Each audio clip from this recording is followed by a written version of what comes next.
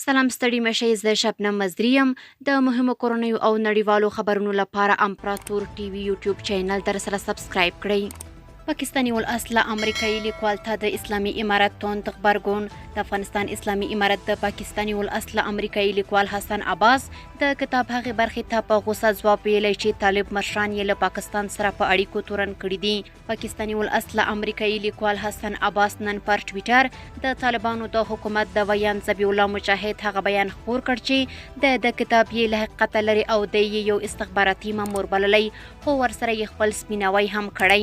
مجاهد په دې بیان کې ویلي چې د حسن عباس په نوم کوم استخباراتي مامور د طالبانو د بیا راستنېدو په نوم په دې کتاب کې د طالبانو پر مشرانو بې بنسټه او له واقعیتونو لرې تورونه پورې کړي دي. مجاهد وایي په کتاب کې ادعا شوې چې ګنې د طالبان حکومت استقلال نه لري او کړه وړه د کوم بل هیواد د استخباراتي او نظامي چارواکو تر څار لاندې دي. نوموړی د امریکایي ځواکونو پر ضد خپلې 10 کلنې مبارزې ته د اشارې په ترڅ کې وایي طالبان د استقلال ګټلو، ساتلو او پاللو ویاړلی داستان او تاریخ لري.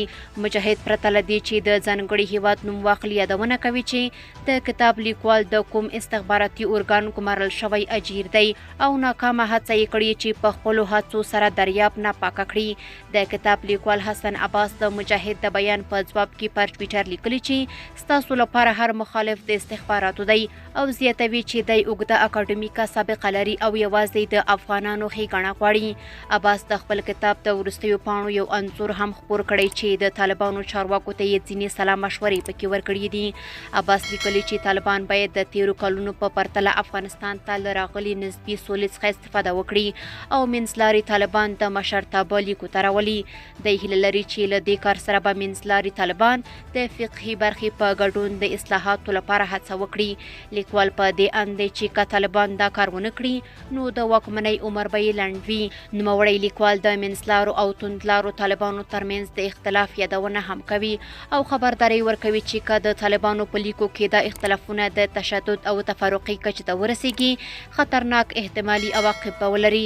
د پرځېدلي جمهوري نظام چارواکو هم په تیرو 10 کلونو کې طالبان د پاکستان له استخباراتو سره په اړیکو تورنول، خو اسلامي امارت بردول.